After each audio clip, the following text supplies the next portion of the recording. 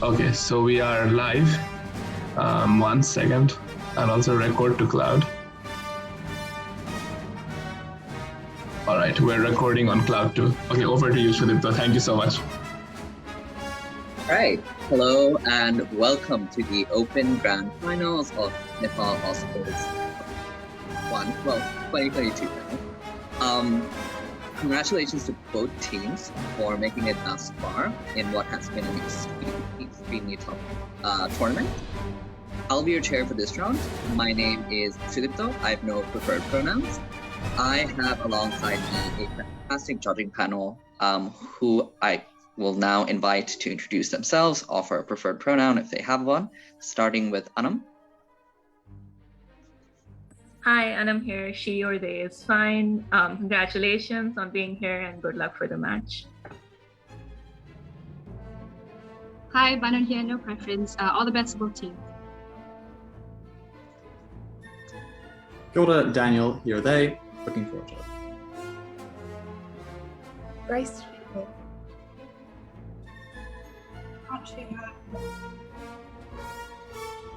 Pranav, he, him, all the best to both teams. Hi, this is Uphie, he, they. Good luck, everyone.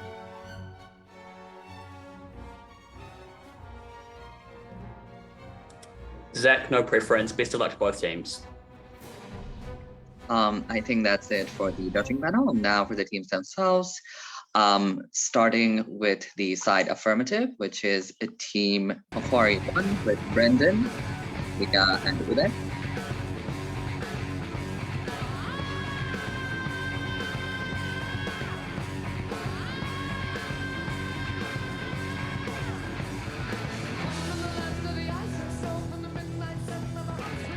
Hey, I'm Brendan. I'll be speaking first on the fly. Her preferred pronouns are he, him. Leah is speaking second. Her preferred pronouns are she, they. And third speaker is Udai.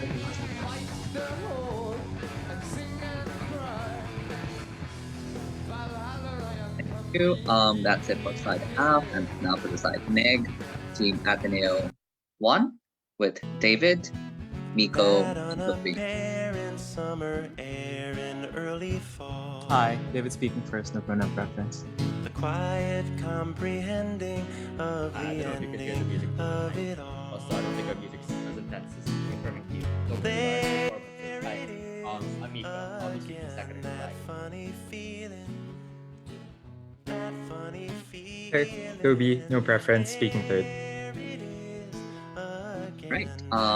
That's it for the round of introductions. So just a bit of housekeeping before we proceed.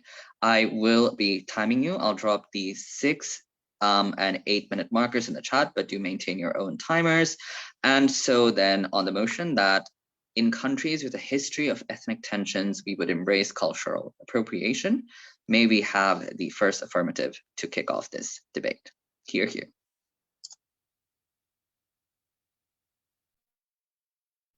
Great. Can I be heard?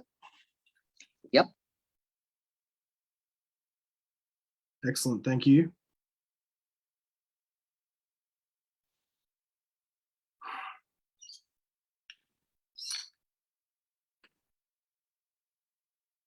Okay.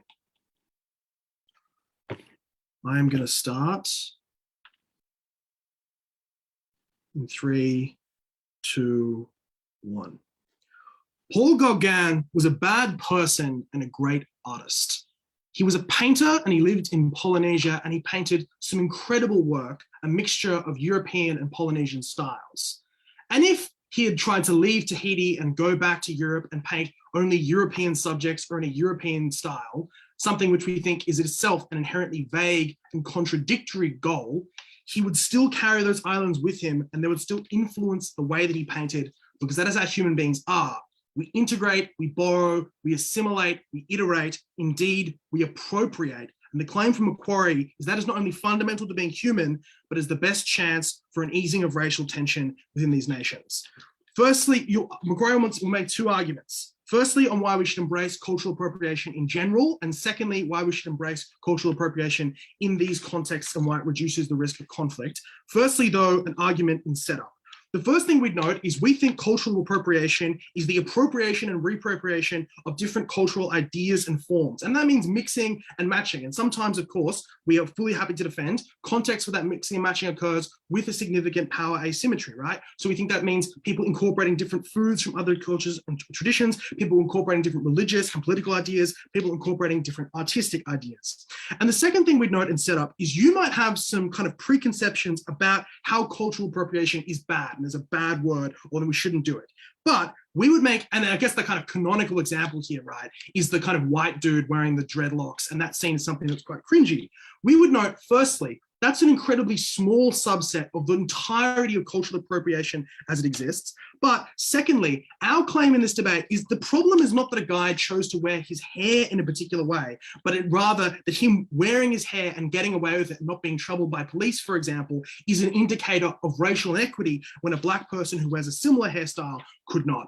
So on to the first argument here, which is why cultural appropriation should be embraced under every circumstance. And the observation here is, think panel of your own cultures. Do you think they founded and they worked and they came up in total isolation from other cultures? Do you think it is likely that what you really value or the forms of artistic expression you value were only formed by one group of people who had a specific form of cultural expression and never interacted or never engaged with other people? I think you would probably agree that all of the art that you care about comes from a mixture of different traditions and different ideas. And it's wrong to try and separate them or push them apart, and you'll only end up with worse art. That's why, for example, many of the dishes most commonly enjoyed today often didn't exist hundreds of years ago, because they involve things like tomatoes and potatoes, which were only found during the European colonization of the World War, of course, of the New World, obviously presuming they're the perspective of those Europeans. And importantly, now we get and gain access to a huge variety of different foods. People can mix and match different things. And that's a broad microcosm for how cultures ought to behave in general. We think cultures ought to evolve and develop with time, because the role of culture is to enrich people's lives, and people change all the time. Their preferences and their circumstances changes. And so culture should be dynamic and ever changing.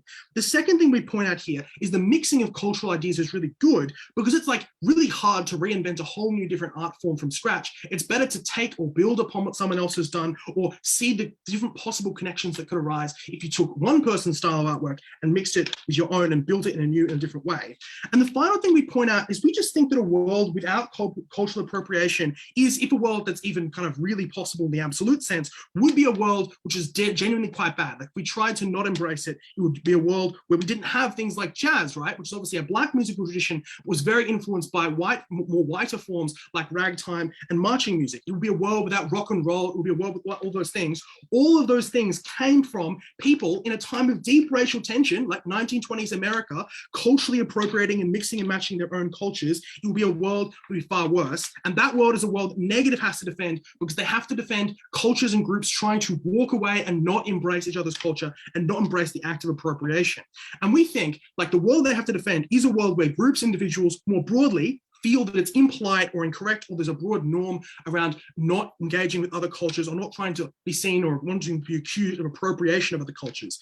And that we think reckon has three impacts. The first impact is that in the markets for cultural production become dominated by the majority group, because our claim here is a way for minority cultures to persist throughout time, and the way for them not to be quashed or squashed is for them to integrate themselves more broadly into the majority culture so that they can live on. But if there's very little integration, minority cultures minority representation, and the representation of minority culture is much lower.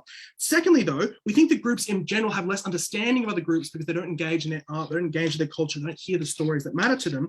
And thirdly, we think there's less individual choice on the part of individuals, because you don't choose the culture that you're raised in, and you might find that aspects of another culture appeal to you, but you find it's much harder for you to access that other culture in a world we don't embrace that kind of collectively embrace this kind of appropriation. And fourthly, we think it furthers narrative around essentialism that says X cultural group has certain immutable cultural traits that cannot be changed or played with, and that promotes difference between groups and encourages groups, individuals, to think of themselves as fundamentally different and not in any way capable of coming to some kind of accommodation or sharing in some kind of meaning.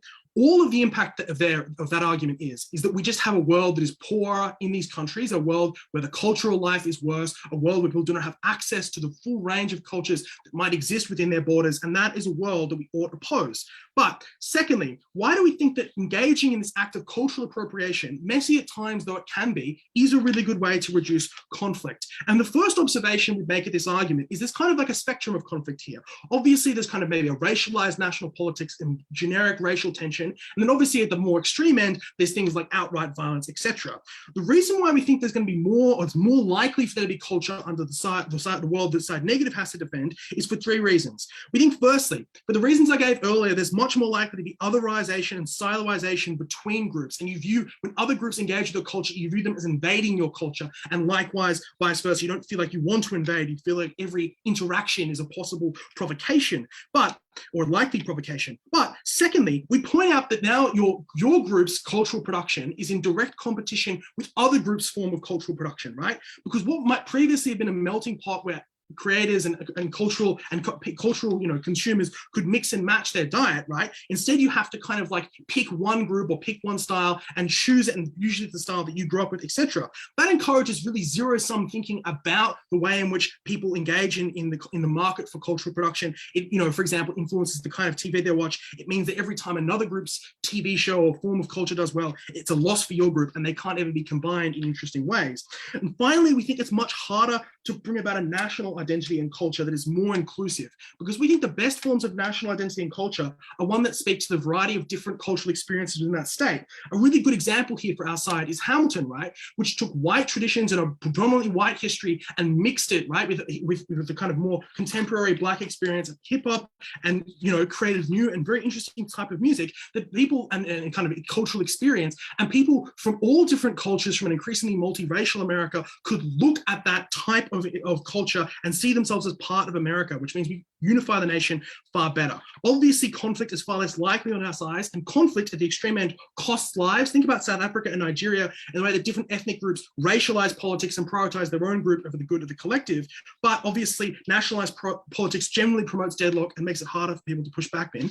I guarantee you, all of the arguments from negative about why will be about why it's hard to do cultural appropriation well, but we would claim to all of human history, where human beings have interacted with other cultures, interacted with other cultures well, and why the trend there is overwhelmingly positive. For those reasons, Macquarie could not be prouder to stand in proposition. I thank the first affirmative for that fine speech. May we now have the first neg to kick off the neg case. Hi, can I be heard? Yep, audible and visible. Okay, nice. I feel like roast beef under this lamp, but it's better than like looking like a ghost in my own room. Okay, starting my speech in 3, 2, 1. The heart of cultural appropriation has and always will be violence. What is the likely counterfactual? Insofar as the goal of cultural appropriation on AF is to create a unified identity, there are a host of other narratives that are likely to succeed in lieu. First, a national identity centered around multiculturalism and diversity. Note that this is always exclusive from appropriation, which attempts to merge different cultures by force and allow them to take from each other's elements, whereas multiculturalism allows them to remain distinct from one another and has some form of negotiation. Good examples of this look like Indonesia, Canada, and so on. Secondly, even absent cultural narratives, there are many other features you can construct a national identity around, e.g. natural landscapes, shared pre-colonial history prior to artificial division, and third, shared interests for the future of the nation, like in Rwanda, Singapore, and many other multi-ethnic states that pursued economic development. Thirdly, not only do we think we are better at achieving national unity, we will further prove that tensions escalate when using cultural appropriation. Briefly, why are these likely counterfactuals? A country with ethnic tensions likely has negative perceptions of each other's cultures, which manifests in flawed cultural appropriation, which we will argue later. And in our side, we're willing to accept that there may be a greater degree of cultural separation, so efforts are focused on common interests to build common institutions. Before I move on to my arguments, I have two responses. Their first response is towards this broad principled appeal to having done this before. First, I want to note that experiencing multiculturalism and the benefits of multiculturalism is not the same as the fruits of cultural theft. The key distinction of appropriation is that it is done without the consent of the subjugated. And it is easy enough to imagine that even if we did not steal jazz music from African Americans, and if Britain did not steal curry from Indian colonization, we may indeed still listen to jazz music and eat curry, but the difference is that the proprietorship is in the hands of the minority rather than the majority who claims now to own it. Secondly, even if this was true, then who cares? Like, I am willing to give up tomatoes and potatoes if it means that this colonization and violence did not happen. It is brave to claim that all of human history has been overwhelmingly positive when it is built on the suffering, the plunder of these individuals whom have had their sacred rights taken away, who had the objective of their entire lives basically desecrated by these people. We don't think this is worth it, and their appeal to just things are good now is simply ignorant and tone deaf to the experience of suffering and oppression that people had in the past that was egged on by this cultural appropriation. The second response is towards some form of integration that reduces violence. The first point I'd like to make is just, it is unclear what the mechanistic link is. It is not clear that cultural appropriation leads to cultural integration. There's a large evidential gap there. And what we suggest is that despite appropriating it, they still remain evidentially distinct for the reason, just look at the example of how African-American rap is constantly culturally appropriated, despite the fact that they are seen and in fact explained to be as thuggish through that rap. In many cases, cultural appropriation exacerbates the differentiation of cultures that may exist in such a situation. But secondly, this is contradictory to your later point of being seen as an invasion, since if this is seen as an attempt to assimilate and change your native culture as a majority, then we think people are more likely to be defensive on AF than on neg, because it is seen as changing the constructs of the majority culture rather than remaining distinct as a minority culture. These two rebuttals prove, they flip the mechanisms, which means that the impacts are flipped totally towards our side, which is why Affirmative already is losing this debate, even just from response alone. Argument one, in the vast majority of cases, appropriation is likely to be done in horrible ways that only lead to further division. Note that their preemption is just, oh, it's good, there are some good examples. If we illustrate that you can't reach those good examples, if the particular formulation of the appropriation leads to worse forms, then we already win. That preemption doesn't make sense. Appropriation is likely to be done in ways that raise tensions on AF for three reasons. First, this is likely to be highly offensive to the cultures from whom these are taken from. These are people who destroyed your cultural symbols, who shamed you for expressing and using these cultures. And the outrage comes from the hypocrisy of the double standard where you are made fun of, but they win awards standing on the bedrock of your subjugation and standing on the bedrock of the slurs that you use. Secondly, when the same group makes use of your culture, there is a feeling that they were not celebrated but stolen, which is why there are strong sentiments of anger towards the British for brandishing artifacts stolen from regions they colonized. They have an incentive to take credit for this. After a group appropriates its culture, after a sufficient period of time, people end up believing that the appropriating culture is the original creator of this culture, which itself feels like a deep and grave theft of violence on these individuals. But moreover, there are also market incentives to worsen thuggish stereotypes of these minority cultures. They drive a race to the bottom where market incentives encourage appropriations like hip-hop and blaxploitation films that actively seek out the most stereotypical depictions of minority individuals to create a differentiated and unique product. And third and last reason for why this will be done badly is because these are sacred. Many of these sacred cultures are exclusive by nature because they are of immense spiritual and religious significance and often require people from that group to practice them exclusively, otherwise they are offensive to their gods and to their deities. The massive power imbalance between ethnic groups, which means that the majority is likely to highlight the cultures of the others in ways that favor them, means that things are likely to get worse. They may say this happens on our side. The power imbalance may still exist. The problem why it isn't as prevalent is because, one, on our side, there is no claim to legitimacy. We don't legitimize cultural appropriation as a strategy, and their interpretation of other cultures are never given national weight. E.g., the widespread adoption of Filipino only came from the tokenistic inclusion of other languages despite being predominantly Tagalog in shape and form, exclusionary to all other native and indigenous languages. And secondly, the deprioritization of individual ethnic cultures with a broader focus on the construction of a national identity means that they have far less legitimacy, which means they're forced to seek out other ways. Thirdly, even if they may try to force their culture on the nation, or they may try to force some multiculturalism on the nation, it's better that they do it without demonizing the cultures of minority groups, because if they still want legitimacy, the way that they are forced to do that without appropriation is by allowing some negotiation, by allowing members of these groups in the state as representatives to mean that there's some form of negotiation and informed consent, which means that the representation itself is better. But the third and last reason for why appropriation happens is because these are historically feuding cultures, and the only aspects which can be safely appropriated are likely the ones that are mildest and least representative of that culture. What happens as a result of this appropriation? One, outright violence. In the instances where this culture is deeply held, there will be an attempt to defend. The exclusive use of these artifacts in that appropriation will be seen as theft. Secondly, in more moderate instances, the resurgence of discrimination, particularly against smaller groups which are now represented by a caricaturized version of their culture. Rap and hip-hop, despite their appropriation and integration in American culture, have not in fact reduced the actual police brutality faced by people on the ground, but have instead exacerbated ideas of the hood hood of Black people as thuggish and violent. And thirdly, further ethnic polarization, as now people feel forced to be tied to their in-group and the defense of that specific interpretation of that culture, which means it's harder to get inter-ethnic cooperation, legal reform, and trust in state institutions. Even without the counterfactual, we already prove why things get so much worse. But why is our counterfactual better? One, our counterfactual illustrates that without the appropriation majorities used to construct popular culture, there is still a need to artifice multiculturalism to reduce ethnic tensions. Then it must be done through the participative representation of these people, which means that people are far less likely to be in tension over this. Secondly, even if they don't like each other, their common incentives are aligned so long as aspects of their identity that are in tension with each other can be overlooked, which means that they're able to prioritize other things. And thirdly, our counterfactual illustrates that without the appropriation, we free up minorities to take advantage of their culture instead of losing a competitive market advantage to the dominant culture. You're the one stealing away ownership, not us. Second argument, why even with pure intentions, cultural appropriation prevents reconciliation. This argument takes them at their best. Even if it is just things that are vaguely good, it is unclear why you could create a meaningful connection between cultures that could not be achieved without appropriation. But moreover, we argue that you caricaturize these groups. Once you create a depiction of these model minorities, any deviation from that positive depiction generates resentment and misunderstanding analogous to the model minority effects on Asian Americans who have disproportionately high levels of suicidal ideation over any other ethnic group in America. This is why African Americans are depicted as jazzing, comedic entertainers with vaudeville representations and caricatures, and any other African American that did not in that time was treated like dirt. The problem, however, and the difference between affirmative and negative is that it gives a perception of acceptance. Obviously, the negating team must still contend with the context of discrimination, we agree, but what we claim is that the cultural lie of unity does more harm without solving underlying problems, because it's easier to take away legislation that protects against discrimination because the guise of acceptance means that you feel less of a political push to fix things, and it's easier to take away the rights cultural minorities demand, like land rights, like cultural rights, like religious rights. It is on all these bases that AF defends violence, and it is why does the world neg can never stand for. Negate. I thank the speaker for that fine speech. May we now have the second AF to extend the affirmative case further.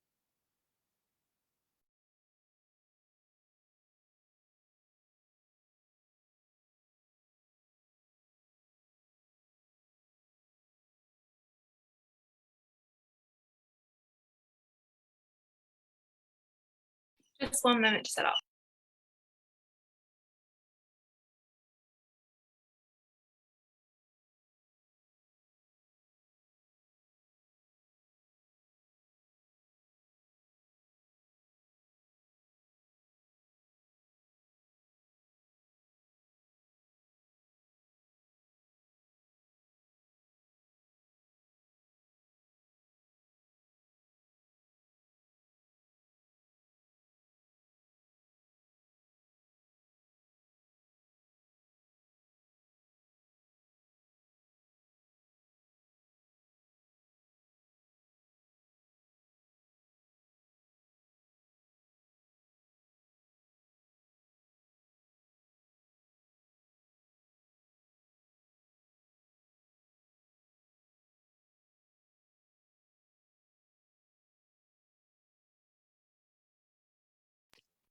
Okay, hi, am I audible?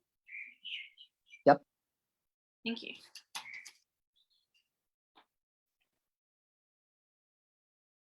Starting my speech in 3, 2, 1. In order to credit the alternative offered to you by the negative team in this debate, you must believe that culture is a series of decisions that happen in a court of law that people can actively be represented in and that they can always be present at the table at to consent. The problem with their case was that their alternative and the things that it relied upon to be a positive one were things that were incredibly unlikely to happen in this country that had deep ethnic tensions. And also, though, that it relied on a characterization on culture that was simply not true, that it was something that humanity had control over, that it wasn't something that happened from a process of minuscule individual daily decisions made by billions or millions or hundreds of thousands of people in a country, a city, or a town. So, what comparative does this debate actually have? So we told you that cultural appropriation is likely to be good and should definitely continue. We told you that sharing and mixing aspects from different cultures not only reduces conflict, but is what gives us the richness of human culture that we should vote for in this debate. What did they respond to you with? Firstly, they responded with a definition that appropriation is only appropriation when done without consent, and that this proprietorship was something worth defending on their side. We told you, though, that consent was less likely to happen on their side of the house. And so if the harm that you felt as somebody from a minority culture when you saw a similar dress to one that your mother wore historically being worn to an American prom, if the main harm that came from that was that you weren't able to consent, you actually lost that more in a world where your country had not embraced cultural appropriation. Because my speech will tell you a set of reasons why cultural appropriation, when it is embraced, increases opportunity for people to have conversations and for people to consent. But we also told you that when we embrace cultural appropriation, the group of people who that culture belongs to have now got active incentives to consent and participate actively, where in the other world, where you don't embrace it, where you do it in sneaky ways that people are too ashamed of to make a public and democratic process, then they have absolutely no way to get involved and have a voice in that process. So they can argue for proprietorship, but they need a mechanism in which they can provide it.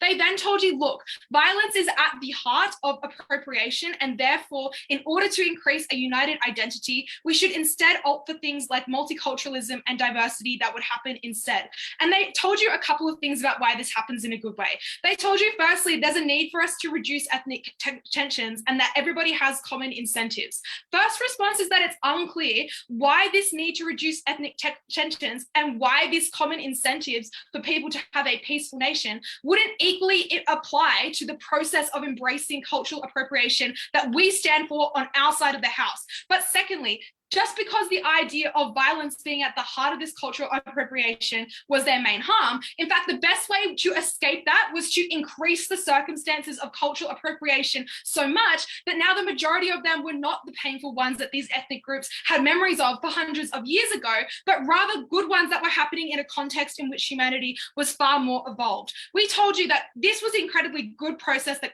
should continue because it's going to prevent conflicts. We told you that, firstly, there is a few reasons when you do not actively embrace cultural appropriation that decent actors do not get involved, and it only happens in the very extreme set of circumstances where people feel immune to social pressure.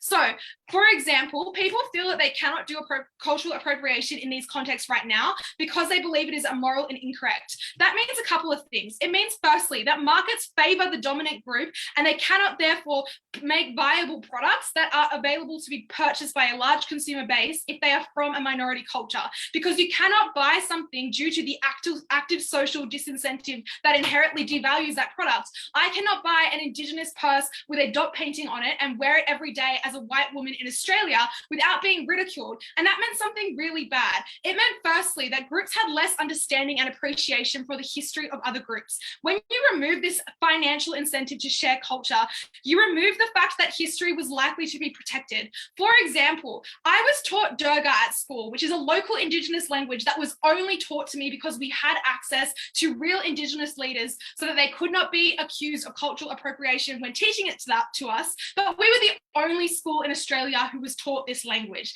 If, however, the dictionary that they developed was a product that was viable to the entire market of school teachers, was something that wouldn't be culturally appropriating to teach from a white perspective, then it meant that that language wouldn't have died, which it now has. None of us can speak that language in our daily lives, and the Indigenous community who revived that language have received absolutely no financial compensation for doing so, and it is being forgotten all over again because of the active incentives for good actors in this debate not to engage with the work that was done there. But we also told you that this brings owners into the limelight in a respected manner when you embrace cultural appropriation, because there are all those incentives they told you about to reduce ethnic tensions, and there are also a whole bunch of trends we can point to in the status quo where good actors, the type of people who are affected by this norm, don't get involved in cultural appropriation. So now when they don't get punished for being involved in cultural appropriation, it means that they have an active incentive incentives to achieve things like authenticity. So when they told you that there's going to be a race to the bottom to have the most stereotypical example of a culture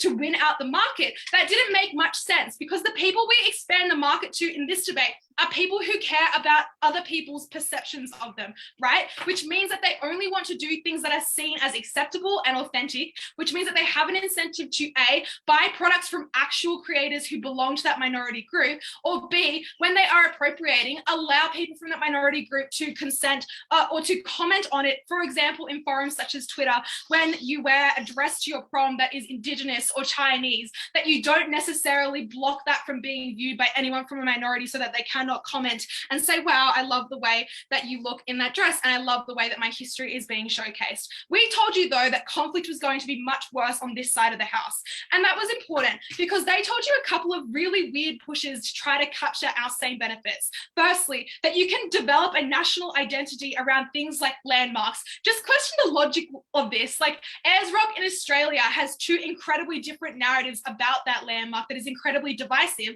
and the reason those narratives have not been resolved with each other is because of the multicultural and segregated communities that we live in Australia, in which we do not listen to the opinions of people who are Indigenous living at Ayers Rock, and therefore the knowledge about that landmark is controlled by the dominant and hegemonic group. So how was that national identity likely to be crafted by the groups they cared about on this side of the house? They then told you that ethnic tensions get worse when you have negative perceptions and flawed appropriation. We told you though that flawed appropriation and negative perceptions are more likely on their side of the house because you have less opportunity for interaction between groups, because history gets lost and is no longer accessible to be done in an accurate way, and because minority voices don't have market incentives to be involved in that conversation. They then told you that, look, now there's a race, an incentive to take credit, so people believe that it happened from you. We would argue that in a world where you embrace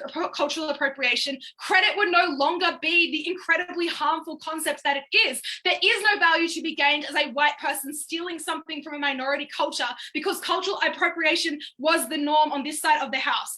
Finally, to conclude this speech, anything you care about from the negative team is all things that are caused by racism rather than cultural appropriation. And in a world where our cultures were further integrated and further mixed through this conversation, I tell you in my speech, you would have had less racism and you would be less likely to lock out conversations that could have prevented these very harmful characterizations.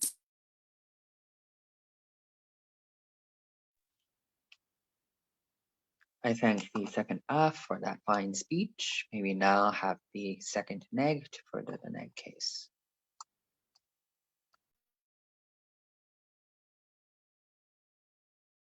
Hi, can everyone hear me?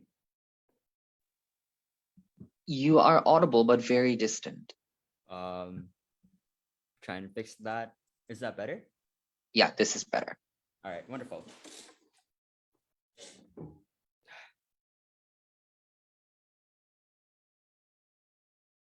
Okay, I'm gonna start my speech in 3, 2, 1. Unity, when in the hands of the powerful, is a thinly veiled guise for domination and theft. I will later extend and explain why some degree of cultural separation, where we don't get the integration and unity affirmative wants, is a far better comparative than lying and saying it exists already on affirmative. But I will first question that this unity occurs to begin with, because I want to note the nature of cultural appropriation that they do not care about. The first thing is, embracing it does not mean that you're going to do it any better, because one, this assumes a relatively equal power balance between these two cultures. When we clearly explain that in many instances of ethnic tension, there are some cultures that are far more powerful than others. So their main mechanism of, you will be punished for it. They will force you to ensure that you make sure you get credit and get from the original creators, especially when a lot of their examples are in America and not actually places where there's intense ethnic tension. Prove that it's unlikely this would have occurred to begin with. And that means a couple of things for cultural appropriation. The first is that it's done without consent, which not only means it's less authentic, it also means there's no understanding anything beyond this culture. It is often the most the most basic, the most on the surface notions of these cultures, that therefore means their benefit of understanding this culture better, of understanding the people behind this culture, is incredibly unlikely. Like, I genuinely don't think white women doing yoga incredibly more often has made them any more knowledgeable about Hindu gods and the nature of the Hindu religion. But secondly, is that it's selective interaction, i.e., you only pick and choose the parts of the culture you like in order to appropriate, and therefore you don't have to understand the parts that you don't like so much. Especially in a context where there's intense ethnic tension, you're unlikely to pick the challenging portions of it or the parts that would actually decrease the capacity for discrimination in these instances. Why is this an important claim to make in this debate? The claim from Affirmative is that the appropriating culture gets more accepting. What we claim is that the appropriated culture is more likely to be angry, more likely to be offended. What I have just proven is that there's very limited change for the appropriating culture, and therefore they don't become any more understanding, nor do they prove why they are a much better actor than the appropriated culture, and refuse to respond to David in that instance. There are many reasons still standing as to why the appropriated culture is not likely to appreciate this. One, because it's likely to be seen as theft, precisely because there's an attempt to try and take credit for it for all the reasons Second Affirmative gives. Credit isn't important. We're sharing this culture. But if the other people in other nations look and see that the people most responsible for this culture, because they've expanded the market, as First Affirmative says, they're the ones making all the production of this culture, then it's therefore stolen. They're not likely to appreciate that. But secondly, it's just the history that these countries have. Why is it that you killed my people? Why is it you engage in intense ethnic violence, but still choose to try and take parts of my culture? It's unlikely that that builds understanding, if not an immense amount of hatred, because of the hypocrisy that these kinds of majority cultures are able to celebrate as a consequence. So if you believe these two claims, they have to somehow save the fact that the appropriating culture gains any meaningful cultural discourse or interaction, because this is not the same as other kinds of cultural discourse or interaction. This is not Paul Gauguin trying to make beautiful paintings. It is unlikely that that is the nature of the cultural appropriation that exists here, and therefore you ought prefer the issue of whether or not the offending, or rather the appropriated culture, is more likely to be angered. But what I want to note is that a degree of cultural separation in our worst case is still better. The first thing I want to note, however, is that there are many alternative methods to be able to build nationalism. They just say, well, it's both sides of the house being able to do it. The first thing I want to note is that for things like cultural nationalism, it is a lot easier, again, to pick and choose which parts are most acceptable to you, rather than other forms of being able to build a nationalism that are more likely to ensure you can coalesce on similar incentives. But here's why, even if that counterfactual wasn't true, why is a degree of cultural separation, where there is some degree of tension, where they don't have cultural appropriation, still better? First, they want to engage with the material on markets. They say, well, when you allow yourself to be subjugated by the majority culture, the market expands, and therefore you benefit. When a wealthier culture is now responsible for the production and distribution of that culture, I don't know why the original culture benefits any more meaningfully, because they don't explain how you can still compete in this market where the larger culture is likely to outcompete you on a resource basis, of a popularity and reputation basis, and therefore the original minority culture in which that resided was unlikely to meaningfully gain that benefit. To which they say, well, at least the market exists. I want to note first that this trade-off of a smaller market with a greater amount of control for these minority cultures is much better than a bigger market with the inability for them to survive. But I want to note that this market is still likely to exist, precisely because this is a culture that this minority group, at least domestically, is going to likely ensure they can take cultural products from, ensure they can exchange, probably not to the same extent, but to the extent that it has survived, precisely because it has survived years of ethnic tension. And what I'd like to note about this argument is that it's the only one that is actually going to be beneficial for this kind of minority culture. Secondly, what is the likely vision of the state? Because again, culture is honestly the easiest thing to try and say that you can give a group of people. We accept parts of you. We accept parts of you that are just actions, that are just habits, but don't really want to engage with the hard parts of you, the parts of you that might demand structural change, the parts of you that we don't like, the parts of you that have values and cultures that we don't understand. Why is this very harmful? And I'd like to note that the likely comparative, even if it came to separation of cultural spaces, limited cultural understanding and action, I would say this kind of separation that probably offers the greater amount of devolution to these kinds of states, a greater amount of the separation of powers, a greater amount of admitting these are just separate cultures and therefore unlikely to want to interact with one another and therefore divide, is still better in that instance for three reasons. The first is that you remove the ability to correct discrimination in legislation, because you can say we already accept them. We do all these cultural habits. We live life just like they do. And therefore, it is unclear why things like affirmative action, things like correcting for any kinds of discrimination are acts of racial discrimination rather than just individualized instances of hatred, of violence, of anger. And in these instances, it's much more difficult to correct these kinds of legislations as well. But the second thing I'd want to note is that even if you couldn't get that legislation to begin with, at least you limit the likelihood of those kinds of interactions, precisely because you are not so dependent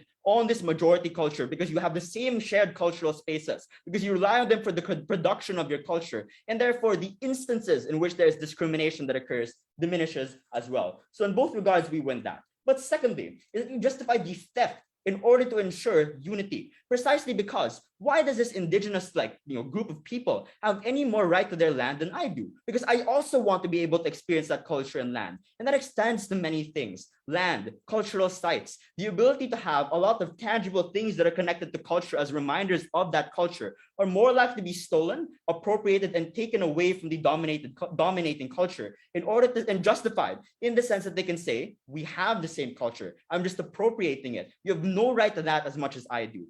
In these instances, it is unclear why the alternative were some degree of separation, where they would have likely kept that, is any worse. But thirdly, is that at the very least, people within these cultures, despite having a degree of ethnic tensions, can still experience cultures in ways that are important to them. And I agree, culture is arbitrary, but it's also tailored and fit to specific groups of people in ways that they know best. When it is instead dependent on these larger markets constructed by cultures that have hated you for so long, that you now have to access your religion, your own culture, it is more likely you feel a sense of alienation from the people around you, and an alienation from the culture that you so wanted to be able to respect. But lastly, anyone who deviates from the notion of African Americans as comedians, jazz singers, entertainers is now subjugated as dirt. It is the model minority argument that says you have to be a specific way, the parts that we like, and if you are not, we will continue to discriminate and oppress you. I am very, very proud to oppose. I thank the speaker for that fine speech. May we now have the third half.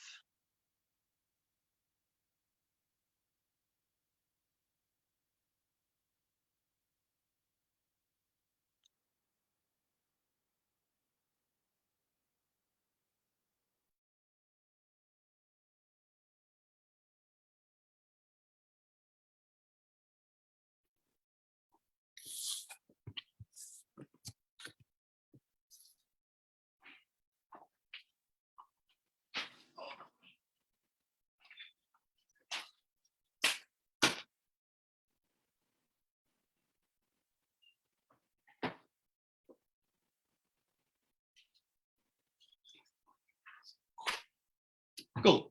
Am I visible and audible to everyone? Yep.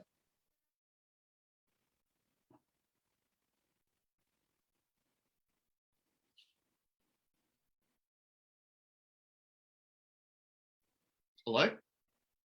Oh, I said, yeah, you're audible and visible. Excellent.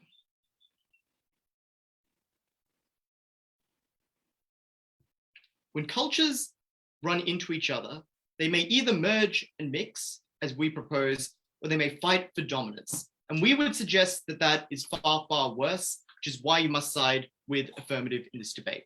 Three things in this speech then. Firstly, what is the comparative and counterfactual in this debate? What must each side defend? Secondly, why will it be done well? And thirdly, why is it that, we just think in general, there are a range of benefits to be achieved here. So firstly, let's address the counterfactual. I really want to point out here how heavily Neg relies on just a really insane burden push here in order to make their arguments. Because they want to tell us things like, well, you have to defend colonialism and the violent taking of artifacts and destruction of attributes of our culture and the theft and violence that goes along with it. While on our side, we would just defend like multiculturalism, which is pretty good. But that's obviously not the burden in this debate for a couple of reasons. Firstly, this debate occurs prospectively. It's about should embrace, not in the past, which means that all of the harms they identify are things that have already happened.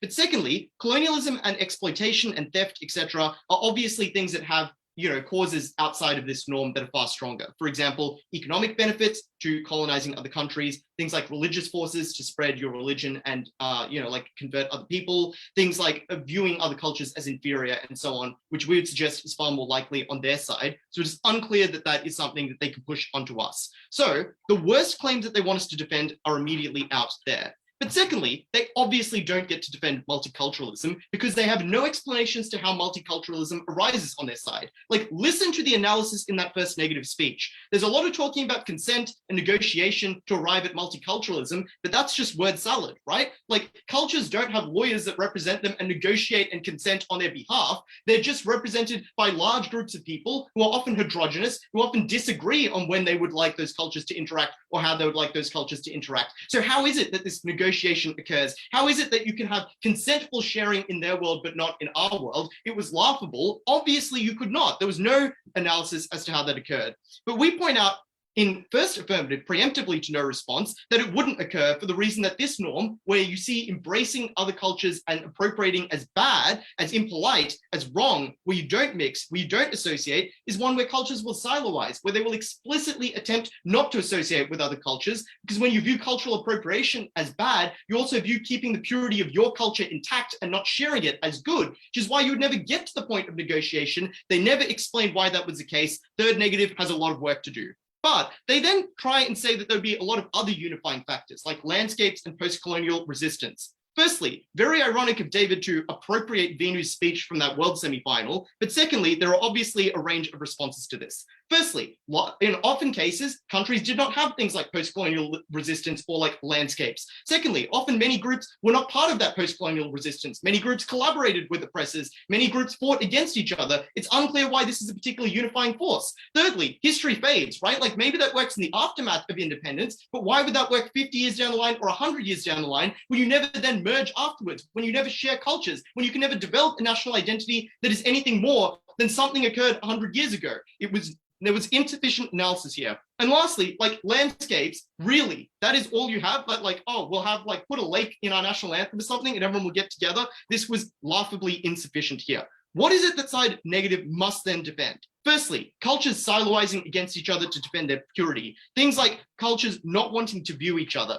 And we explain a range of harms here. One, when cultures cannot mix, they necessarily come into competition because there's limited space within, the media and within like society in general for cultures to exist. And now they must compete to push each other out and to retain dominance. Secondly, we explain that this is likely to lead to majority cultures being dominant and minority cultures being squeezed out at the edges, because Chinese restaurants will not be patronized by people who are not Chinese, because art that is created by indigenous groups will not be bought by people who are not indigenous. Those markets were insufficient to sustain those things, so they will start to cease to exist. We explain it means you feel the need to defend the purity of your culture and that you get more otherization. All of which led to things like more racialized politics. It led to things like more violence. And we literally have seen this happen recently, right? Like the rioting in KwaZulu-Natal when Jacob Zuma was jailed was a result of people viewing their own tribal and cultural identity as more important than their identity as South Africans. That is exactly the harm that side negative has yet to defend, but must do so.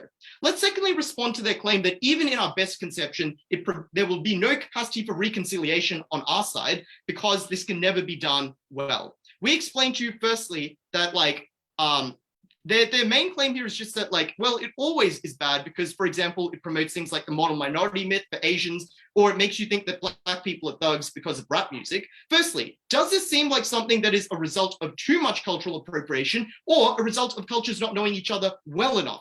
Obviously, stereotypes stem from a lack of understanding of different cultures, not too much understanding. It wasn't rap music that made people view African Americans as thugs. It was a pre-existing stereotype, and it was one that was washed away when more white people got into rap music and understood that culture, which is why the people who view African Americans as thugs aren't people who listen to rap music. It's like old fogies who don't listen to rap music and who hate that kind of music and use it as a vehicle to engage in racism that would obviously occur much worse on their side. And that's the important thing to point out now in explanation as to why cultural appropriation will be done well on our side and arrive at a series of benefits. The first thing, and Leah points this out very eloquently, is that racism is the thing that is responsible for the vast majority of their harms, right? Like a lot of their stuff is just that it'll be done badly and you'll like put the other groups down and so on. That's a result of racism that we explain occurs more on the side we do not have the interaction of groups, where groups siloized, where they do not interact. We don't get that harm. But secondly, we explain that this is like a norm that is likely to apply asymmetrically to different groups, right? Like bad actors who just want to make a quick buck or who are fine with exploiting other groups will obviously continue to do so on their world. On our world uniquely, when everyone feels it's okay to go and engage in appropriation, that is where appropriation is led by people who are likely to be very sensitive to the cultures of the groups who do it, because they are generally more enlightened, more educated, and more caring people were likely to do things like try and do so in better ways. And they're likely to be able to constrain the way that that occurs because they can also engage in the activity and outbid those groups and move them out, which is why it's likely to be done relatively well. Let's deal with the sort of 4 reasons they give as to why it will be done poorly.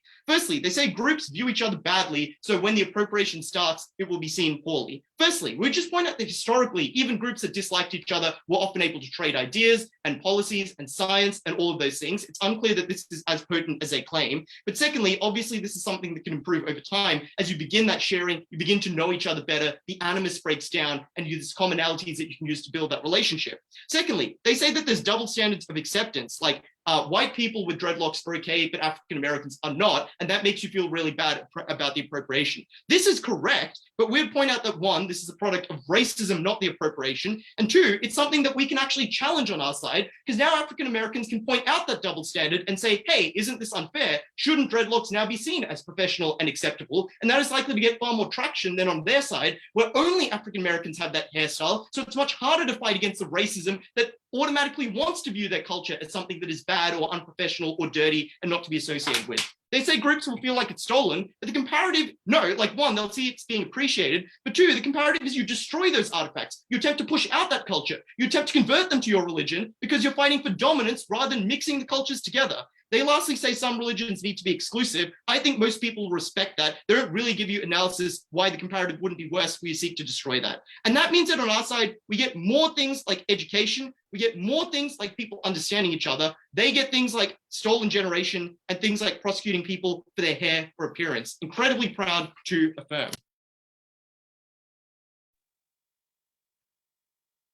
I thank the speaker for a fine speech, and now to end the constructive section of this debate, may we have the third neg.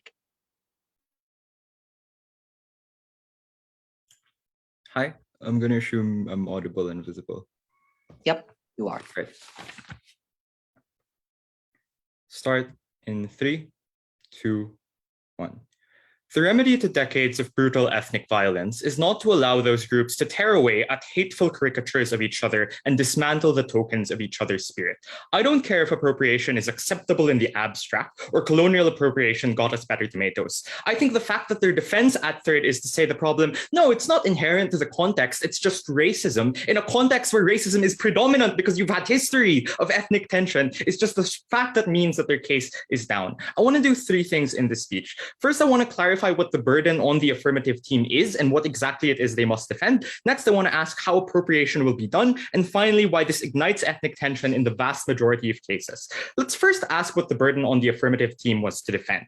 Their burden was to defend the widespread and active promotion of a system of cultural appropriation. Importantly, to embrace is similar to the emotion that is this house would celebrate, in that they do not get to pick and choose the instances they choose to embrace and celebrate. The false dichotomy they attempt to sneak in at third aft shows just how far they've fallen from this burden, because they assume that culture warring is exclusive from cultural appropriation, when what we explain down the bench is if there are incentives to culture war, cultural appropriation is the mechanism by which that cultural feuding happens. It's the mechanism by which majority cultures attempt to dominate each other. So clearly the comparative wasn't between a world with culture warring or without culture warring. The incentives remain the same. It's about the mechanisms and avenues that sides and different ethnic ethnic groups have to manifest those incentives. What is the counterfactual then? Two things to note here. First, we're perfectly happy to defend the counterfactual of multiculturalism and cultural separation. They can't say we don't have reasons to this and then proceed to explain why it is likely to happen anyways. If your worst case scenario is an instance of cultural siloism,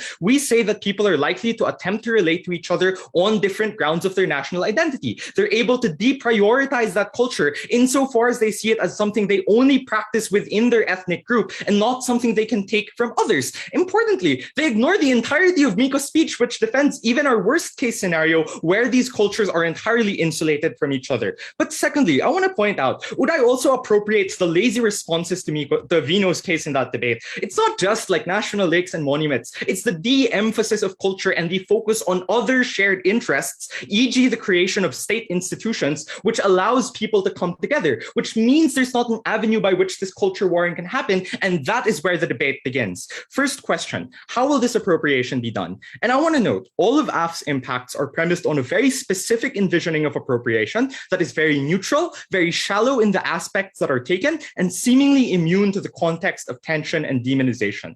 Their defense of this is utterly lacking. First, their positive defense isn't actually anything structural. They don't give you any reasons why a cultural appropriation is good. They give you a set of examples and assert it becomes the norm and assert that the problem is racism. Yes, the problem is racism. The problem is that you are in a context where that racism is predominant because there are many cultural misconceptions that are still deeply held, because these groups often see each other in extremely negative ways, which means they aren't going to charitably pick and choose the elements they reproduce. They're going to pick and choose their elements that demonize the other group the most. Secondly, their defense at second is to say that cultural appropriation is worse when it's not embraced by the state.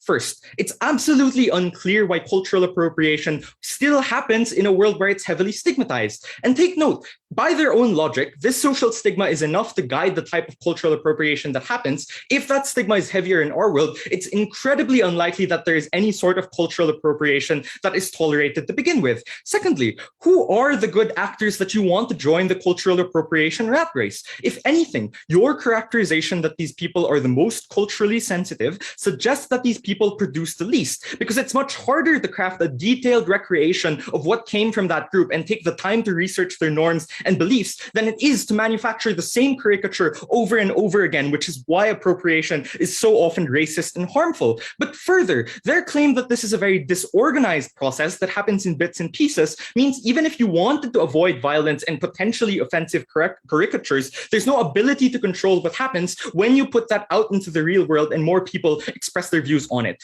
Their final attempt to save this is the Hail Mary assertion at third that the alternative is culture warring. First, as we explained, there's no attempt to gain cultural hegemony over the other insofar as you don't see appropriation as a valid mechanism that you want to come into. Even if you wanted to dominate other cultures, if cultural appropriation is so heavily stigmatized, and as we say, the state highlights how it creates opportunities to return to a time of ethnic violence that all groups want to avoid, it's extremely unlikely that groups are going to turn to this without the go signal from the state. But furthermore, even if you believe that culture warring is the comparative, the problem is that the markets they create enforce dependence from smaller cultures towards bigger cultures, versus in our world where separation ensures you have a greater amount of power against them, because even if they wanted to step over your culture, they require a level of legitimacy from you. And we run this all the way from David. They need to consult you. They need to have local artists be the one producing it. They need to have you involved in the production process, as compared to a world where they can unilaterally produce without indigenous voices.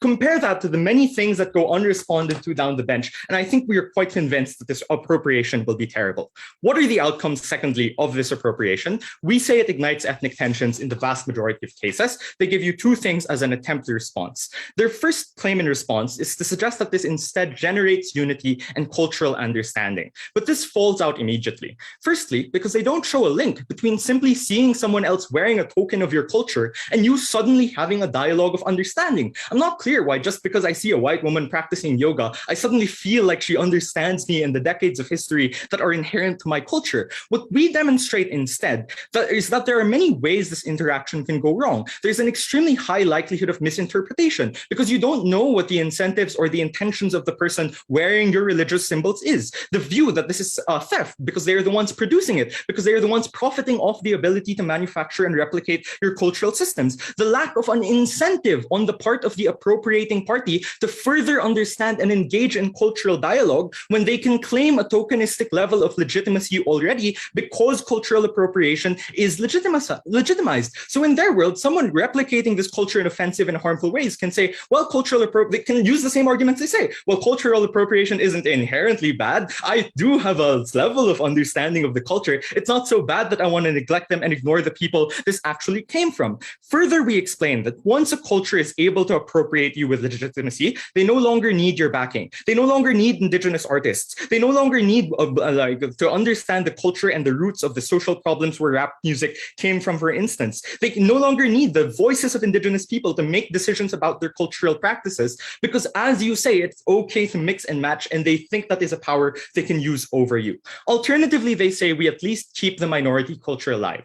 First, do you keep the minority culture alive? If it is in such a state where it is so appropriated and so bastardized that it's separate and completely distinct from the original culture it came from without any recognition of its roots, I don't understand how valuable this would be to a member of that community where it came from. This is moot at best. But secondly, and importantly, I think AF skews the debate here. It's not as if people don't consume minority culture in our world. It's just that that minority culture is produced by members of that minority. Remember, the nuance of this debate and of appropriation is who is producing the tokens of that culture, not necessarily the people who view it. We suggest that interaction, if you believe it works at creating unity, is far better in our world. AF creates a system that flares up ethnic tensions and allows for hatred to flow. We prevent that by cutting off its pathways. Negate.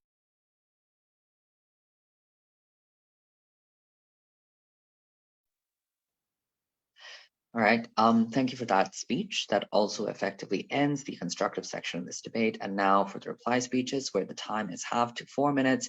Maybe first have the negating reply speaker.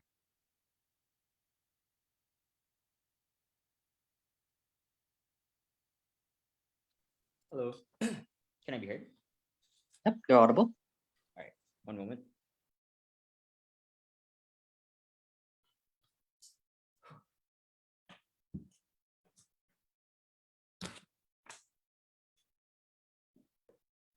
I'll start my speech in 3, 2, 1.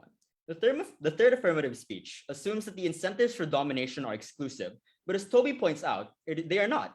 It's about how this domination manifests. And note there's very little construction to defend why explicit domination is any better than domination through the lie of acceptance. The first thing I want to point out is the imbalance of power that will exist between the larger culture and the smaller culture. What we explain is that your ability to profit and defend your own culture in the sense that your local producers are still likely to benefit, in the sense that you, as Tobi points out, are not dependent on a massive market that now controls production and distribution. It therefore means you have a greater ability to resist in these instances for these kinds of forms of domination. We don't think that made them any less dominant. Secondly is the legitimacy. What we explained as well is it is so much more popular and easy to sell that I'm just trying to share culture with you, which is why we're taking your land, which is why we're taking your cultural sites, which is why we're taking all of these crucial things that are important to your identity, because I have a right to it just as much as you do. Versus, they never ever explain how popular it would be to just outright invade and violate another culture, or whether or not they would have likely had no resistance or had any kind of popular support. They can't just claim this, they had to build this. Thirdly is the survival of these minority cultures. At best, they explain that the culture will survive. The first thing I want to note is that we point out a third affirmative that it is just such a different form of culture that one, it's unlikely how meaningful this survival is. But two, as I point out in my speech, the people who wanted to be able to experience a culture that best fit them, their communities, and their groups are unable to do that insofar as they have to access a bastardized and tokenized version of this kind of culture. In these instances, this ability to say that there will be a culture war and they will attempt to dominate obviously is non-exclusive. The only thing that changes is the mechanisms and how it manifests in terms of extent and likelihood that we prove are likely to be far worse, far more likely to be widely accepted as well on our side of the house. But the next thing I want to point out is that was a very generous first half of my reply because it assumes that unity would have occurred to begin with. We posit three things that make it more unlikely. The first is that they had to compare this and outright prove that there was no chance any alternatives to culture would work. What we explain is that a history before colonialism is what David said, not after, that likely was before these kinds of divisions. shared common goals of economic development or any other thing that might tie these cultures together, or just celebrating the diversity that exists. Secondly, is that we don't think it caused unity to begin with comparatively, not only because it is likely to be incredibly offensive. At best, they just say and assert the third affirmative. No, they just like it. It's celebrated. That's great. When clearly they say that all the problems root from racism, when they can't just exclude that from the debate insofar as there is intense historical ethnic tensions and therefore are more likely to ensure the ways in which this manifests are likely to be worse. So I don't know why this would have been accepted so favorably by this minority community, especially if they're likely to see this as a theft, likely to see this as an act that is done by the people that have oppressed them for years. It is unclear why that was likely to be good to begin with. But the last thing I want to note is how generous we have been throughout this debate. Insofar as there's a comparative difference in the degree of unity that occurs, we think it is more likely to spiral them back into ethnic tension on their side of the house. But we were the only team in this debate to be able to defend our worst case. In the instance of cultural separation, they say that is bad. There is no understanding. I don't understand why that was any better insofar as their forms of understanding are unlikely to benefit these groups. And that's because they're unable to deal with characterizations we deal with throughout the bench. One, with intense ethnic tension, you're not going to pick any of the difficult parts that would actually cause understanding towards another group. You're likely to pick the most superficial aspects of their cultures that don't make you understand them any better. Secondly, is that without that consent, because of the same power imbalance that they're able to ascribe, it makes it therefore impossible to have actual forms of that culture represented. But the guise that it is represented, the guise that there is now peace between two cultures, is a lie that is going to fuel any kind of effort to try and say that it is okay when really there is not any chance of any kind of reconciliation in the near future. I'm very proud to oppose.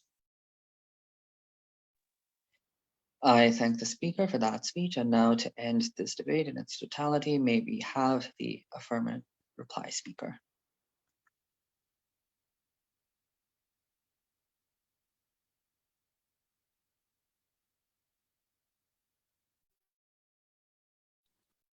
Can I be heard? Yep, audible and visible.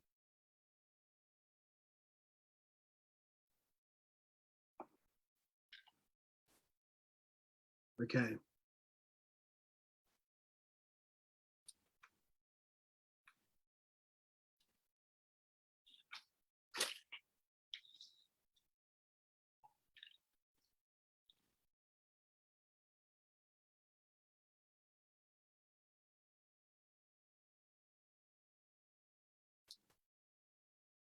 I'm going to start in 3, 2, 1. The negative case is built on the questionable premise that ethnic groups who hate each other will hate each other less the less they know about each other and the less they are actively encouraged to consume and appropriate the other's culture for their own. It suggests that the less you know about a culture of a people you have to interact with daily, the less likely you are to feel disgusted or irritated by it. And that is the questionable premise that must lose them this round. I'm going to ask one question in its reply because there's really one question that matters. And that question is a model of siloization and separation more likely to lead to racial conflict than a model of appropriation? Obviously, under both sides, these groups are different and distinct and have a history of violent hatred and tension. But as side negative tells you, all of these actors, at least presumably, would want to live in a country without serious racial tension. And they tell you that at first negative. And it's important in this debate because it exposed an important tension in their case, that these groups wanted to get along, but were these groups hated each other, but were so simultaneously so keen to get along that they were willing to tolerate and coexist with other groups, the culture of which they did not understand and were actively discouraged to disregard. And the culture and the interactions with their own culture, they were encouraged to view as potential for theft. And in fact, the only real option they have for these groups to coexist is the unifying factor of maybe some history that you learnt and probably forgot in school, and the fact that you share the same number of lakes and forests. The push from Neg Block that, oh no, you can focus on shared economic development is far too late and is also incredibly vague when you don't have a national identity or culture, these people are just more likely to think only about their own group and their own culture and hate and vilify the other groups in the country that they live in. And the question in this debate is, how can they coexist? And that's why even if we can only provide a thin veil of unity, it is better than their deeply implausible comparative. Because every person under our side who watches Hamilton and believes America to be a place where people of color can belong, or every person who appreciates, and yes, perhaps even appropriates in a cringy fashion, the music or the food of another group, is a side that is more likely on the margins to view that other group as something deserving of respect, or at least something that is interesting to them, and not something that is disgusting. They claim it is harder for these groups to explain past injustice, and therefore, and when there's a narrative of false equality, at no point was our burden to defend a world where people deny that racism exists, but also given this debate occurs in context with serious racial tension, affirmative action or any other similar legislation was not something they can claim. But we go further here, because we say when groups can't mix, there are financial incentives to treat other cultures and forms of cultural expression as something that damages your own, because markets for cultural expression become very zero-sum, right? Because they only appeal to your group, and on the flip side, they only appeal to their group. They say in response that, oh, well, minorities will be angry at majorities and oppressors profit from their culture. And that's really the most consistent line they have. But as ever for side negative in this day, the problem with this argument is one of comparison. The alternative for minorities is not being able to thrive and not one where their culture is celebrated, right? It is not a world where minorities have greater access to legal representation or greater access or forms of protecting their own culture, right? They never explain how that would be the case. Our comparative here is that appropriation offers a way for majorities to come to value and appreciate minorities and the things and the culture that they bring, which is obviously often imperfect and bad, but it is far preferable. That's why when white kids started listening to hip hop at school, it made it easier for black kids to listen to hip hop, and teachers were less likely to get mad because hip hop was seen as something that everyone could access. We gave you three mechanisms. We explained that forms of cultural appropriation were likely to improve over time. They developed empathy, and people could collectively lobby as everyone started to enjoy particular cultural practices, not just a specific minority group, and they had no response. They never explained why racism would go down under their side. We explained that cultural appropriation, although often imperfect and uncomfortable, on net brings people closer, and given that under their side, people are still likely to throw and hurl racial insults at each other, our side is at least the side where there is some form of cultural communication and there is some form of progress, and national unity is not built under the even thinner veil of national landmarks or past history. I thank the speaker for that speech and to all debaters for that excellent debate. That's it for the grand finals of Nepal Australs. Good luck to both teams. The panel will now retire to the court.